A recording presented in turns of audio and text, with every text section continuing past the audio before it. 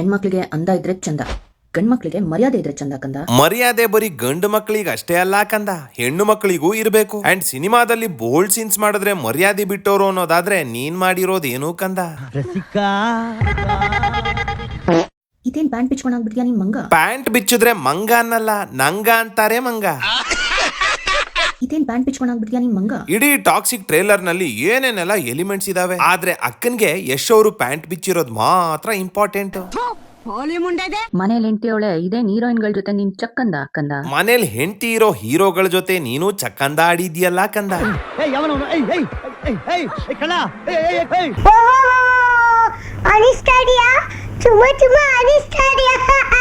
ನಮ್ಗೆ ಇಷ್ಟ ಆಗಿದ ನೀನ್ ಹೊಸ ಬಂದ, ನಿಂಗು ಹೆಣ್ಮಗಳೊಳೆ ದೊಡ್ಡದಾಗ ಡೈಲಾಗ್ ಹೊಡಿಯಕ್ ಬಂದ. ನೀನು ನಿಮ್ಮ ಅಪ್ಪನ್ಗೆ ಹೆಣ್ಣು ಮಗುನೇ ತಾನೆ? ಅಲ್ಲ, ಯಾಕೆ ಕೇಳ್ದೆ ಅಂದ್ರೆ ಯಶ್ ಅವ್ರ ಒಂದು ಡೈಲಾಗ್ಗೆ ಇಷ್ಟೆಲ್ಲ ಹಾರಾಡ್ತಾ ಇದೀಯಲ್ಲ, ನೀನೇ ಬಿಕಿನಿಯಿಂದ ಹಿಡಿದು ಬೆಡ್ರೂಮ್ ಸೀನ್ ತನಕ ಮಾಡಿದೀಯಾ. ಆಗ ನಿನ್ಗೆ ನಿಮ್ಮ ಅಪ್ಪ ನೆನ್ಪಾಗ್ಲಿಲ್ವೇ, ಅಥವಾ ನಿಮ್ಮ ಅಪ್ಪನ್ಗೆ ನೀನು ಹೆಣ್ಣು ಮಗು ಅನ್ನೋದು ನೆನ್ಪಾಗ್ಲಿಲ್ವೇ? ಏನು ಉತ್ತರ ಕೊಡ್ತೀಯ ಇದಕ್ಕೆ?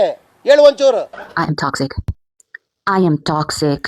ನೀನ್ ಯಾವ ಪಾರ್ಟಿ ಟಾಕ್ಸಿಕ್ ಅಂತ ಬಿಗ್ ಬಾಸ್ ನಲ್ಲಿ ನೋಡಿದೀವಿ ಬಿಡಕ್ಕ. ಇಡೀ ಮನೆ ನೆಮ್ಮದಿ ಶಾಂತಿ ಹಾಳ್ ಮಾಡಿದ್ ಮಹಾತಾಯಿ ನೀನು. ನಿಮ್ಮ ಜನ್ಮಸ್ಥಳಕ್ಕೂ ನಮಸ್ಕಾರ. ಅದ್ರಲ್ಲೂ ವಿಜಯ್ ರಾಘವೇಂದ್ರ ಸರ್ ಎಂತ ಶಾಂತಿ ದೂತ, ಅರುಣ್ ಸಾಗರ್ ಅವರು ಎಂತ ಜೋವಿಯಲ್ ಮನುಷ್ಯ. ಅಂತವರಿಗೆ ಪಿತ್ತ ನತ್ತಿಗೆರೋ ಹಂಗ್ ಮಾಡಿದ್ಯಾ, ಜಗಳ ಮಾಡಿಸಿದ್ಯಾ ಅಂದ್ರೆ ನೀನ್ ಎಷ್ಟು ಟಾಕ್ಸಿಕ್ ಅಂತ ಗೊತ್ತಾಯ್ತು ಬಿಡು. ಕುಂಬಳಕಾಯಿ ಕಳ್ಳ ಕುಂಬಳಕಾಯಿ ಕಳ್ಳ ಅಂದಂಗೆ ತುಂಬಾ ಜನಕ್ಕೆ ಅಕ್ಕ ಯಾರು ಅಂತ ಗೊತ್ತಿರಲ್ಲ. ಈ ಅಕ್ಕ ನಮ್ಮ ಆದಿತ್ಯ ಸರ್ ಅವರ ತಂಗಿ, ನಮ್ಮ ಕನ್ನಡದ ಹೆಸರಾಂತ ನಿರ್ದೇಶಕ ರಾಜೇಂದ್ರ ಸಿಂಗ್ ಬಾಬು ಅವರ ಸುಪುತ್ರಿ. ಈ ಅಕ್ಕನೂ ಒಂದಷ್ಟು ಸಿನಿಮಾದಲ್ಲಿ ಆಕ್ಟ್ ಮಾಡೈತೆ. ಈಗ ಮಾಡಕ್ ಯಾವ್ದು ಸಿನಿಮಾ ಇಲ್ವಲ್ಲ, ಅದಕ್ಕೆ ಪಾಪ ಸ್ವಲ್ಪ ಮತ್ತೆ ಲೈಮ್ ಲೈಟ್ ತಗೊಳಕ್ಕೆ ಪದೇ ಪದೇ ಯಶ್ ಅವ್ರನ್ನ ಟಾರ್ಗೆಟ್ ಮಾಡಿ ವಿಡಿಯೋಸ್ ಮಾಡ್ತೈತೆ. ಬೇರೆ ಹುಡುಗಿರ ಅಂದ ನೋಡಿ ಚಕ್ಕಂದ ಮುಗಿಸಿ ಈಗ ಹೆಂಡತಿ ಹತ್ರ ಓಡೋಗಿದ್ಯಾ ಕಂದ? ಎಲ್ಲ ಮುಗಿಸ್ಬಿಟ್ಟು ಹೆಂಡತಿ ಸರ್ಗಿಂದ ಉಸ್ಕೊಂಡ್ರೆ ಹೆಂಗೆ ಕಂದ? ಸಾಲುದಕ್ಕೆ ಈ ಒಕ್ಕ ಎಷ್ಟು ಪುರ್ಸೊತ್ತಾಗವ್ರೆ ಅಂದ್ರೆ 4 ನಿಮಿಷ ಇರೋ ಟಾಕ್ಸಿಕ್ ಟ್ರೇಲರ್ ನಲ್ಲಿ 4 ಪಾಯಿಂಟ್ ಇಟ್ಕೊಂಡು 1.25 ಗಂಟೆ ಲೈವ್ ವಿಡಿಯೋ ಮಾಡೈತೆ. ಇನ್ನೊಂದ್ ಅರ್ಧ ಗಂಟೆ ಜಾಸ್ತಿ ವಿಡಿಯೋ ಮಾಡಿದ್ರೆ ಅದನ್ನೇ ಸಿನಿಮಾ ಅಂತ ರಿಲೀಸ್ ಮಾಡ್ಬೋದಿತ್ತಪ್ಪ.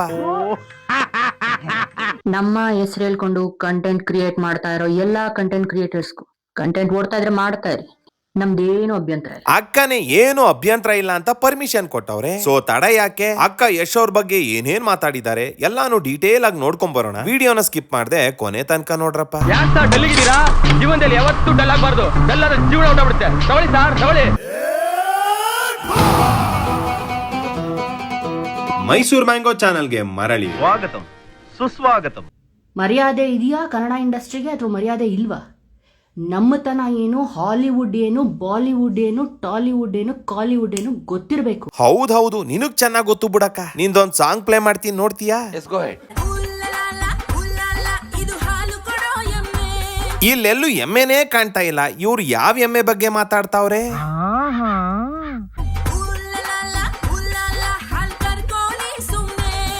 ಹೆಣ್ಣು ಮಕ್ಕಳನ್ನ ಎಮ್ಮೆಗೆ ಹೋಲ್ಸೋದು, ಹಾಲ್ ಕರ್ಕೊಳ್ಳಿ ಅನ್ನೋದು. ಇಷ್ಟು ಅಶ್ಲೀಲವಾದ ಸಾಹಿತ್ಯಕ್ಕೆ ಅರೆ ಬರೆ ಬಟ್ಟೆ ಹಾಕೊಂಡ್ ಕುಣಿದಿರೋ ಇವಕ್ಕ ಕನ್ನಡ ಸಂಸ್ಕೃತಿ, ಹೆಣ್ಣು ಮಕ್ಕಳ ಗೌರವ ಅಂತ ಪಾಠ ಮಾಡ್ತಾವ್ರೆ. ಇದಿಷ್ಟೇ ಅಲ್ಲ, ಅಕ್ಕ ಒಂದು ಸಿನಿಮಾದಲ್ಲಿ ಬರೀ ಹೊಕ್ಕಳು ತೊಡೆ ಕಾಣೋ ರೀತಿ ಬಟ್ಟೆಗಳನ್ನ ಹಾಕೊಂಡವ್ರೆ. ನಮ್ಮ ಕರ್ನಾಟಕದ ಯಾವ ಮನೆಯಲ್ಲಿ ಹೆಣ್ಣು ಮಕ್ಕಳು ಈ ರೀತಿ ಅರೆ ಬರೆ ಬಟ್ಟೆ ಹಾಕೊಂಡ್ ನಿಂತಿರ್ತಾರೆ? ನೀವೇ ಹೇಳ್ರಪ್ಪ. ಸೊ ನಮ್ಮ ಕನ್ನಡ ಸಂಸ್ಕೃತಿಯನ್ನೇ ಫಾಲೋ ಮಾಡದೇ ಇರೋ ಇವಕ್ಕ ಅದೇನೋ ಭೂತದ ಬಾಯಲ್ಲಿ ಭಗವದ್ಗೀತೆ ಅಂದಂಗೆ ಯಶ್ ಅವರಿಗೆ ನೀತಿ ಪಾಠ ಹೇಳಕ್ ಬರ್ತಾವಳೆ. ಒಬ್ರು ಆಲ್ರೆಡಿ ಸರ್ಸೆದು ಕಾಂಟ್ರವರ್ಸಿ ಅಷ್ಟು ದೊಡ್ಡದಾಗಿ ಕನ್ನಡ ಇಂಡಸ್ಟ್ರಿಗೆ ಇಷ್ಟು ಬ್ಯಾಡ್ ನೇಮ್ ಬಂದಿದೆ. ಈಗ ಇದು ಸೆಕೆಂಡಾ? ಈ ತರಾನ ನೀವು ಒಂದು ಹುಡುಗಿರ್ನ ನೀವು ಆಬ್ಜೆಕ್ಟಿಫೈ ಮಾಡೋದು, ಹೀರೋಯಿನ್ ಆಬ್ಜೆಕ್ಟಿಫೈ ಮಾಡೋದು ಅಂದ್ರೆ ಒಂಥರ ಕಾಮದ ವಸ್ತು ಅಂತ ತೋರಿಸಿದ್ದಕ್ಕೆ ಅಕ್ಕನ್ಗೆ ಸಿಕ್ಕಾಪಟ್ಟೆ ಕೋಪ, ಬೇಜಾರು ಆಗ್ಬಿಟ್ಟಿದ್ಯಂತೆ. ಈಗ ಅಕ್ಕ ಆಕ್ಟ್ ಮಾಡಿರೋ ಸಿನಿಮಾದಲ್ಲಿ ಅಕ್ಕಂದು ಒಂದು ಇರುವೆ ಬಿಟ್ಕೊಳ್ಳೋ ಸೀನ್ ಇದೆ. ಕೆಲ್ಸದವಳು ಇರುವೆ ತಂದು ಬಿಡ್ತಾಳಂತೆ. ಆ ಇರುವೆ ಒಳಗ್ ಹೋಗ್ಬಿಟ್ಟಾಗ ತನಗೆ ಕೈ ಹಾಕಿ ತೆಗಿಯಕ್ಕಾಗದೆ ಅಕ್ಕ ಹೀರೋನ್ ಕರಿತಾಳಂತೆ. ಅಲ್ಲ, ಚಿಕ್ಕ ಮಕ್ಳುನು ಬಟ್ಟೆ ಒಳಗ್ ಇರುವೆ ಹೋದ್ರೆ ಕೈ ಹಾಕಿ ಅವರೇ ಆಚೆ ತೆಗಿತಾರೆ. ಆದ್ರೆ ಇಲ್ಲಿ ಅಕ್ಕ ಹೀರೋನ್ ಕರಿತಾಳೆ ಇರುವೆನ್ ತೆಗಿಯಕ್ಕೆ. ಅದು ಯಾವ ಜಾಗದಿಂದ ನಮಗೆಲ್ಲ ಗೊತ್ತಾಗೋಯ್ತು. ಇದಾದ್ಮೇಲೆ ಆ ಇರುವೆ ಇನ್ನೂ ಕೆಳಗ್ ಹೋಗ್ಬಿಡುತ್ತಂತೆ.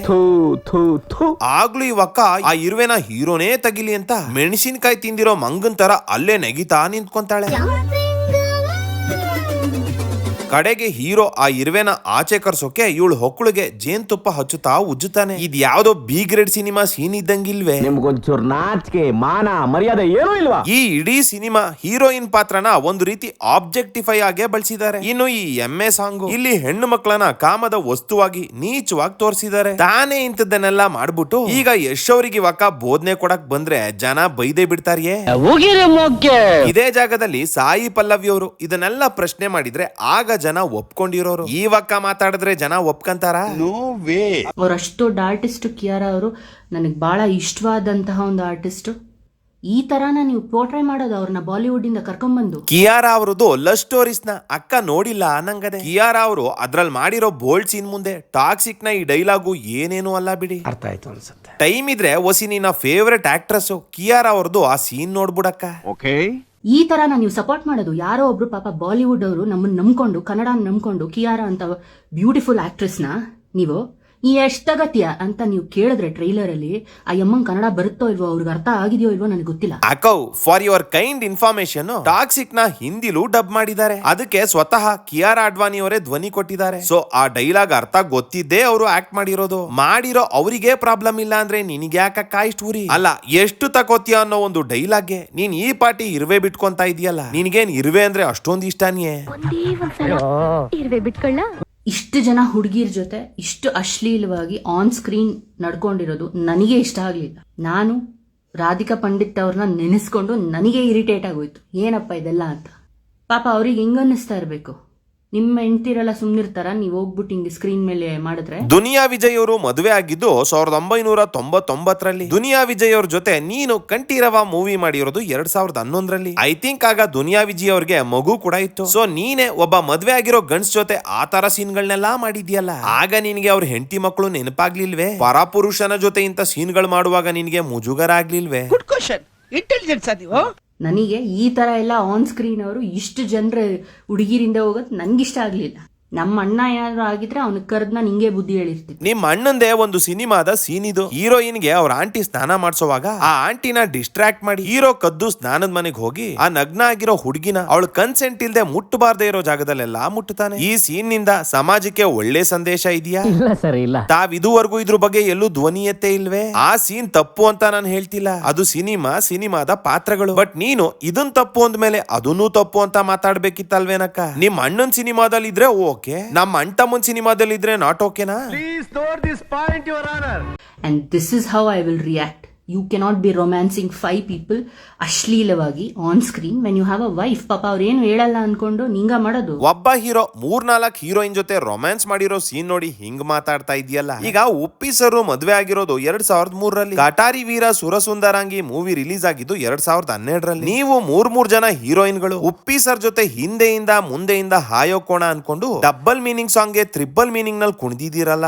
ಈಗ ನಿಮ್ಗೆ ಜನ ಉಗಿಬೇಕೋ ಬೇಡವೋ? ಎಲ್ಲರೂ ಅಳತವ್ರೆ, ಇವರು ಅಳ್ತಾರೆ, ಅವರು ಅಳ್ತಾರೆ, ಅವ್ರು ಯಾರಿಗೋ ನಿನ್ ರೇಟ್ ಎಷ್ಟು ಅಂತಾರೆ. ಇದನ್ ಮಾಡಕ್ಕ ನೀವು ಕಿಯಾರಾ ಅವ್ರನ್ನ ಬಾಲಿವುಡ್ ನಿಂದ ಕರ್ಸಿರೋದು ಇಲ್ಲಿಗೆ. ಈ ಮಂಗಕ್ಕ ಸಾರಿ ಸಿಂಗಕ್ಕ ನಮ್ಮ ಉಪ್ಪಿ ಸರ್ ಅವರ ಉಪೇಂದ್ರ ಮೂವಿನ ಸರಿಯಾಗಿ ನೋಡೈತೋ ಇಲ್ವೋ? ಉಪೇಂದ್ರ ಸಿನಿಮಾದಲ್ಲಿ ನಮ್ಮ ಉಪ್ಪಿ ಸರ್ ಆ ಕಾಲದಲ್ಲೇ ಬಾಲಿವುಡ್ ನಿಂದ ರವೀನಾ ಟಂಡನ್ ಅವ್ರನ್ನ ಕರ್ಸಿದ್ರು. ಅವ್ರ ಜೊತೆ ಪ್ರೇಮ ಮೇಡಮ್, ದಾಮಿನಿ ಅವರು. ಈ ರೇಟ್ ಎಷ್ಟು ಅನ್ನೋ ಡೈಲಾಗು ಉಪ್ಪಿ ಸರ್ ಆಗ್ಲೇ ಬಳಸಿದ್ದಾರೆ. ಇದ್ರ ಜೊತೆ ಉಪ್ಪಿ ಸರ್ ಇಡೀ ಸಿನಿಮಾದಲ್ಲಿ 3 ಜನ ಹೀರೋಯಿನ್ ಗಳನ್ನ ಎಳೆದು ಜಗ್ಗಾಡಿ ಎತ್ತಾಕಿ ಬೀಳ್ಸಿ ಹೊಡೆದು ಬಡ್ದು ಮಾಡೋ ರೀತಿ ಸೀನ್ ಗಳು ಮಾಡಿದ್ದಾರೆ. ಈ ವಕ್ಕ ಅದನ್ನ ಸೂಪರ್ ಆಗಿದೆ, ಏನು ಕ್ಯಾರೆಕ್ಟರೈಸೇಷನ್ ಅಂತ ಅವಳೆ. ಪ್ರಾಸ್ಟಿಟ್ಯೂಟ್ ಕ್ಯಾರೆಕ್ಟರ್ ಪ್ರೇಮ ಅವ್ರ ಅಷ್ಟು ಬ್ಯೂಟಿಫುಲ್, ಮೂತ್ ಕೊಡ್ಬೇಕು ಅನ್ಸುತ್ತೆ ಆ ಸೀನ್ಗೆ. ಅದನ್ನೇ ಟಾಕ್ಸಿಕ್ ಸಿನಿಮಾದಲ್ಲಿ ಮಾಡಿದ್ರೆ ಸರಿ ಇಲ್ಲ ಅಂತ ತಕರಾರು ಮಾಡೋದಂತೆ. ಅವ್ರು ಯಾರಿಗೋ ನಿನ್ ರೇಟ್ ಎಷ್ಟು ಅಂತಾರೆ. ಮಾತಾಡ್ತಾ ಇದ್ದಾಳೆ. ವಿವಾಸ್ ನಿಮ್ ಬಾಸ್ತೆ ನೋಡ್ಕೊಳ್ಳಿ, ನಿಮ್ಮ ಒಂದು ಸಿನಿಮಾ ಟ್ರೈಲರ್ ಅಲ್ಲೇ ಡ್ರಗ್ಸ್ ನ ಪ್ರಮೋಟ್ ಮಾಡ್ತಾ ಇದ್ದೀರಾ, ಕಿಲ್ಲಿಂಗ್ ನ ಪ್ರಮೋಟ್ ಮಾಡ್ತಾ ಇದ್ದೀರಾ.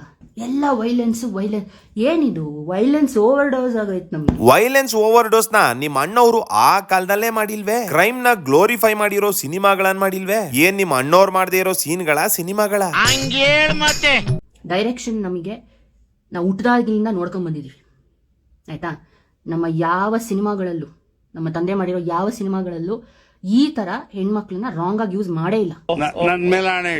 ಅಲ್ಲ ಕೌ, ನೀನು ಒಂದು ಡೈಲಾಗ್ಗೆ ಈ ಪಾಟಿ ಮಾತಾಡ್ತಾ ಇದೆಯಲ್ಲ, ನಿಮ್ ತಂದೆಯವರದು ಯಾವ್ದಾದ್ರು ಸಿನಿಮಾನ ಕಂಪ್ಲೀಟ್ ಆಗಿ ನೋಡಿದ್ಯಾ ಹೇಳು? ಅಂತ ಸಿನಿಮಾದಲ್ಲಿ ಒಂದು ಸಾಂಗ್ ಇದೆ, ಪ್ರೇಮವಿದೆ ಮನದೆ. ಟೈಮ್ ಇದ್ರೆ ಹೊಸಿ ಯೂಟ್ಯೂಬ್ ನಲ್ಲೇ ನೋಡ್ಕೊಂಡ್ಬಿಡಕ. ಆ ಸಾಂಗ್ ನಲ್ಲಿ ಮೂರ್ ಜನ ಗಂಡಸರು ಹೀರೋಯಿನ್ಗೆ ಸೀರೆ ಬಿಚ್ಚಿ ಅವಳನ್ನ ಅರೆಬೆತ್ಲೆಗೊಳಿಸಿ ಎಳೆದಾಡಿ ಎಲ್ಲೆಲ್ಲೋ ಮುಟ್ಟುತ್ತಾರೆ. ಶಾಂತಂ ಪಾಪಂ ಶಾಂತಂ ಪಾಪಂ. ಇದಿಷ್ಟೇ ಅಲ್ಲ, ಅಂತ ಸಿನಿಮಾದ ಆಲ್ಮೋಸ್ಟ್ ಎಲ್ಲಾ ಸಾಂಗ್ ನಲ್ಲೂ ಹೆಣ್ಣು ಮಕ್ಕಳ ಅರೆ ಬರೆ ಬಟ್ಟೆ ಹಾಕಿರೋ ಡ್ಯಾನ್ಸ್ ಗಳಿದಾವೆ. ಹಂಗಂತ ನಿಮ್ ತಂದೆಯವರಿಗೆ ಹೆಣ್ಣು ಮಕ್ಕಳ ಬಗ್ಗೆ ಗೌರವ ಇಲ್ಲ, ಹೆಣ್ಣು ಮಕ್ಕಳು ಅಂದ್ರೆ ಚೀಪ್ ಆಗಿ ನೋಡ್ತಾರೆ ಅಂತನಾ? ಖಂಡಿತ ಇಲ್ಲ. ಆ ಸಿನಿಮಾದ ಆ ಸಾಂಗ್ ನೋಡಿದ್ರೇನೆ ಪ್ರೇಕ್ಷಕನಿಗೆ ವಿಲನ್ ಗಳ ವಿಕೃತತೆ ಗೊತ್ತಾಗೋದು, ಹೀರೋಯಿನ್ ಬಗ್ಗೆ ಸಿಂಪತಿ ಬರೋದು, ಜನಕ್ಕೆ ವಿಲನ್ಸ್ ಮೇಲೆ ಆಕ್ರೋಶ ಬರೋದು. ಅದನ್ನೇ ಕ್ಯಾರೆಕ್ಟರೈಸೇಷನ್ ಅನ್ನೋದು. ಅದಕ್ಕೆ ಸಿನಿಮಾದ ಮೊದ್ಲಿಗೆ ಡಿಸ್ಕ್ಲೈಮರ್ ಹಾಕೋದು, ಈ ಸಿನಿಮಾದಲ್ಲಿ ಬರುವ ಪಾತ್ರಗಳು ಕೇವಲ ಕಾಲ್ಪನಿಕ ಅಂತ. ಸೊ ಸಿನಿಮಾದಲ್ಲಿ ಮಾಡಿರೋ ಪಾತ್ರನ ಇಟ್ಕೊಂಡು ಯಶ್ ಅವ್ರ ಕ್ಯಾರೆಕ್ಟರ್ ಬಗ್ಗೆ ಕೆಟ್ಟದಾಗ ಮಾತಾಡ್ತಾ ಇದೆಯಲ್ಲ. ಸಿನಿಮಾದವ್ರ ಫ್ಯಾಮಿಲಿನಲ್ಲೇ ಹುಟ್ಟಿ ಸಿನಿಮಾಗೂ ನಿಜ ಜೀವನಕ್ಕೂ ವ್ಯತ್ಯಾಸ ಗೊತ್ತಾಗದೆ ಲೂಸಿಯಾ ಸಿನಿಮಾ ಹೀರೋ ತರ ಲೂಸ್ ಹಂಗಾಡಿದ್ರೆ ಹೆಂಗಕ್ಕ ಜೀವನ? ಚನ್ವೀರೇಶ ಇವ್ರಿಗೆಲ್ಲ ನೀನೇ ಬುದ್ಧಿ ಕೊಡಪ್ಪ. ಇವ್ರು ಮಾತ್ರ ಮೇಲ್ ಈಗೋ ಇಟ್ಕೊಂಡು ಐ ಆಮ್ ನಾಟ್ ಸಿವಿಲೈಸ್ಡ್ ಅನ್ಕೊಂಡು ನ್ಯೂಡಾಗಿ ನಿಂತುಬಿಟ್ರೆ ಆಗೋಯ್ತಾ? ಅದಕ್ಕೆ ಏನಿದೆ ಅಲ್ಲಿ ಜಸ್ಟಿಫಿಕೇಶನ್? ಅದಕ್ಕಿಂತ ಮುಂಚೆ ಒಂದೇನಾದ್ರೂ ಸೀನ್ ತೋರಿಸ್ಬೇಕಿತ್ತು. ಏನದು ಮುಂಚೆ ಒಂದ್ ಸೀನ್ ತೋರಿಸ್ಬೇಕಿತ್ತ? ಅದ್ಯಾಕ್ ಬಂದ್ಬಿಡು ಟ್ರೈಲರ್ ಬದಲು ಇಡೀ ಸಿನಿಮಾನೇ ಯೂಟ್ಯೂಬ್ ನಲ್ಲಿ ಅಪ್ಲೋಡ್ ಮಾಡ್ಬಿಡ್ತಾರೆ. ಅಲ್ಲ, ಸಿನಿಮಾ ಅನ್ನೋದು ಬ್ಲಡ್ ಅಲ್ಲೇ ಇದೆ ಅಂತೀಯ. ಟೀಸರ್ ಅಂದ್ರೆ ಏನು, ಟ್ರೈಲರ್ ಅಂದ್ರೆ ಏನು, ಸೀನ್ ಅಂದ್ರೆ ಯಾವ್ದು, ಶಾರ್ಟ್ ಅಂದ್ರೆ ಯಾವ್ದು, ಸೀನ್ ಎಷ್ಟ್ ನಿಮಿಷ ಇರುತ್ತೆ, ಟ್ರೈಲರ್ ಎಷ್ಟ್ ನಿಮಿಷ ಇರಬೇಕು, ಟ್ರೈಲರ್ ನಲ್ಲಿ ಏನೇನ್ ತೋರಿಸ್ಬೇಕು ಏನ್ ತೋರಿಸಬಾರ್ದು ಅನ್ನೋ ಪರಿಜ್ಞಾನ ಇಲ್ವೇನಕ್ಕ? ಯಾವ್ದಯ್ಯ ಒಳ್ಳೆ ತಲೆ ತಿನ್ನೋಗಿರಾಗಿ ರಾತ್ರಿ ಸಿಗಾಕೊಂತಲ್ಲ. ಸರ್, ನಿಮ್ಮ ಯಶ್ಗಿಂತ ಮುಂಚೆ ನಮ್ಮ ಡಾಕ್ಟರ್ ರಾಜ್ಕುಮಾರ್ ಫ್ಯಾನ್ ನಾವು. ಕನ್ನಡಕ್ಕೆ ಯಾವ್ಯಾವಾಗ ನಾವು ಆವಾಜ್ ಉಠಾನೆ का ना तभी हम आवाज उठाती. समझ में आ गया? ಸೊ ಇದರ ಆಕೆ ಬೊಗಳನಕ್ಕೋ ಅದನ್ನೇ ಕನ್ನಡದಲ್ಲಿ ಬೊಗಳಕ್ಕೋ. ಕನ್ನಡಾಭಿಮಾನಿ ಅಂತ್ಯ ಕ್ರಾಸ್ ಬ್ರೀಡ್ ತರ ಉರ್ದು ಹಿಂದಿ ಮಿಕ್ಸ್ ಮಾಡ್ಕೊಂಡ್ ಮಾತಾಡ್ತಿದ್ಯಾ? थोड़ा टेरो आती तुम्हारा यश के बारे में बात करती, टॉक्सिक के बारे में भी बात करती. ಅಂದಂಗೆ ಅಕ್ಕನ್ಗೆ ತಮ್ಮ ಹೆಸರನ್ನ ಕನ್ನಡದಲ್ಲಿ ಸರಿಯಾಗಿ ಬರೆಯೋಕು ಬಂದಿಲ್ಲ. ಸಿಂಗ್ ಅಂತ ಬರೆಯೋಕೆ ಸಿಂಗ ಅಂತ ಬರ್ಕೊಂಡವ್ರೆ. ಬಡ್ಕತೀವಿ ಕನ್ನಡ ಕಲ್ತ್ಕೊಳ್ಳಿ, ಕನ್ನಡ ಮೀಡಿಯಂಗೆ ಹೋಗಿ ಅಂತ ಎಲ್ಲಿ ಕೇಳ್ತಾವ್ ನಮ್ಮ ಯಶ್ ಅವರು ಪಡವಾರಹಳ್ಳಿಯವರು, ಮೈಸೂರವರು ಅಂತಾರೆ. ಕನ್ನಡ ಮಾತಾಡಕ್ ಬರ್ಲಿಲ್ವಾ ಅವ್ರಿಗೆ ಸ್ಟೇಜ್ ಅಲ್ಲಿ? ಕನ್ನಡ ಹೀರೋ ಆಗಿ ಅಲ್ಲಿದ್ದವ್ರಿಗೆಲ್ಲಾನು ಕನ್ನಡ ಕಲಿಸ್ಬೇಕಿತ್ತು, ಕನ್ನಡ ಮಾತಾಡ್ಬೇಕಿತ್ತು. ಕನ್ನಡ ಸಿನಿಮಾ ಮಾತ್ರ ಬೇಕು, ಕನ್ನಡದಲ್ಲೇ ಬೆಳಿಬೇಕು. ಕನ್ನಡ ಅಂದಿಂದ ಬೆಳೆದ್ಬಿಟ್ಟು ಇವಾಗ ಬಾಲಿವುಡ್ ನೀರ್ ಕುಡಿತಾ ಇದ್ದೀರಾ ಅಂತ ಅಂದ್ಬಿಟ್ಟು ನಿಮಗೆ ಕನ್ನಡ ಮರ್ತೋಯ್ತಾ? ಇಂಗ್ಲಿಷ್ ಅಲ್ಲಿ ಯಾಕೆ ಮಾತಾಡಿದ್ರು ಅವರು ಸ್ಟೇಜ್ ಮೇಲೆ? ಹಾಫ್ ನಾಲೆಡ್ಜ್ ತುಂಬಾ ಡೇಂಜರು ಅಂತ ಈ ಅಕ್ಕನ್ ನೋಡಿದ್ಮೇಲೆ ಗೊತ್ತಾಗ್ತಿದೆ. ಅಸ್ಲಿಗೆ ಟಾಕ್ಸಿಕ್ ಸಿನಿಮಾ ಒರಿಜಿನಲ್ ಆಗಿ ಶೂಟ್ ಆಗಿರೋದು ಬರೀ ಕನ್ನಡದಲ್ಲಿ ಮತ್ತೆ ಇಂಗ್ಲಿಷ್ ನಲ್ಲಿ. ಇನ್ನು ಮಿಕ್ಕ ಭಾಷೆಗೆ ಆಮೇಲೆ ಡಬ್ಬಿಂಗ್ ಮಾಡಿದ್ದಾರೆ. ಎಲ್ರು ಕೈಲೂ ಕನ್ನಡದಲ್ಲೇ ಡೈಲಾಗ್ ಹೇಳ್ಸಿದ್ದಾರೆ. ಸಾಲದಕ್ಕೆ ಅಲ್ಲೋಗಿ ಇವೆಂಟ್ ಮಾಡದೆ ಎಲ್ರು ನಮ್ಮ ಬೆಂಗಳೂರಿಗೆ ಕರ್ಸಿದ್ದಾರೆ. ಅದು ಅವರಿಗೆ ಕನ್ನಡದ ಬಗ್ಗೆ, ಕರ್ನಾಟಕದ ಬಗ್ಗೆ, ನಮ್ಮ ಕನ್ನಡಿಗರ ಬಗ್ಗೆ ಇರೋ ಪ್ರೀತಿ, ಗೌರವ. ಯಾರಾದ್ರೂ ಅವ್ರು ಸತ್ರು ಅವ್ರ ಭಾಷೆನ ಬಿಟ್ಕೊಡಲ್ಲ.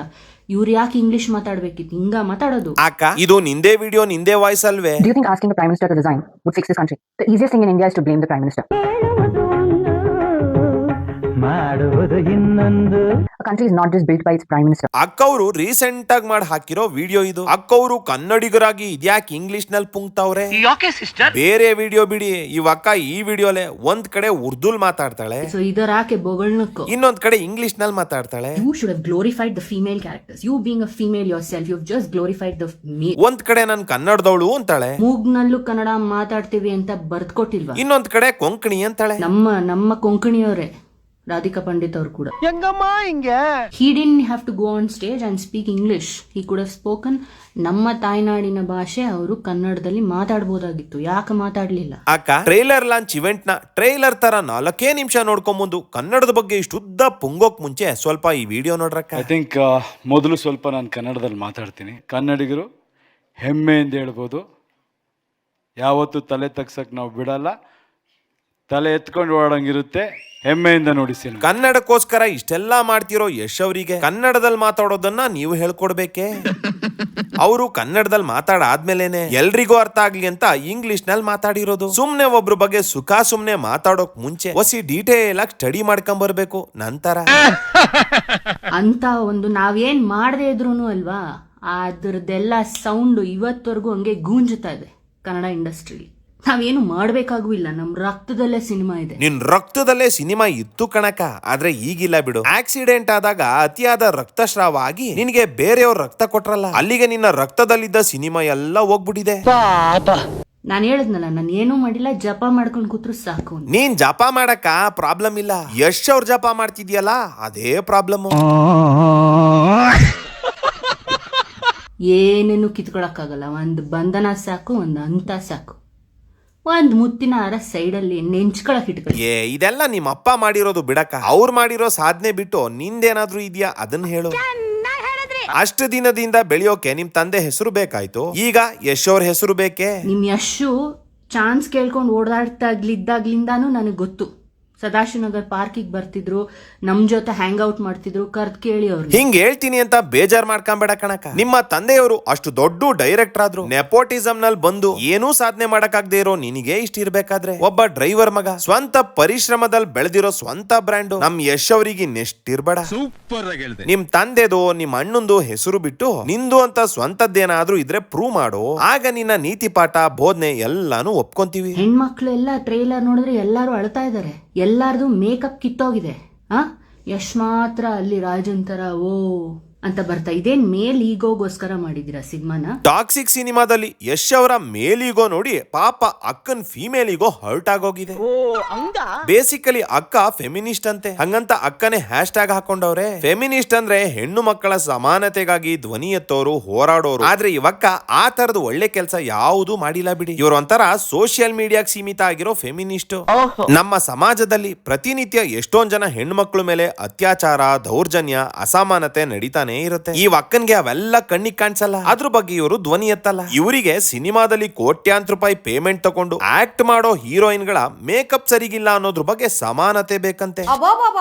ಅಕ್ಕ ಅವರು ಇನ್ಮೇಲಾದ್ರೂ ನಿಜವಾದ ಫೆಮಿನಿಸ್ಟ್ ಆಗ್ಲಿ. ಪಾಪ ನಮ್ಮ ಪಾಗಲ್ ಮಂಜೇಶ್ ಅವರು ಹೆಣ್ಣು ಮಕ್ಕಳು ಪರ ಹೋರಾಡ್ತಾರಲ್ಲ, ಅಂತ ಕೆಲ್ಸಾನ ಅಕ್ಕನೂ ಮಾಡ್ಲಿ. ಸಾಧ್ಯವಾದ್ರೆ ತಾವೇ ಹೆಣ್ಣು ಮಕ್ಕಳ ಸಮಾನತೆ ಬಗ್ಗೆ ಒಂದೊಳ್ಳೆ ಸಿನಿಮಾ ಮಾಡ್ಲಿ, ನಾವೇ ಪ್ರಮೋಟ್ ಮಾಡ್ಕೊಡ್ತೀವಿ ಅಂತ ಹೇಳ್ತಾ ಇವತ್ತಿನ ವಿಡಿಯೋನ ಮುಗಿಸ್ತಾ ಇದ್ದೀನಿ. ವಿಡಿಯೋ ಇಷ್ಟ ಆಗಿದ್ರೆ ಲೈಕ್ ಮಾಡಿ, ಕಮೆಂಟ್ ಮಾಡಿ, ಸಬ್ಸ್ಕ್ರೈಬ್ ಮಾಡಿ, ಹಂಗೆ ಗಂಟೆ ನೋಡಿರಪ್ಪ.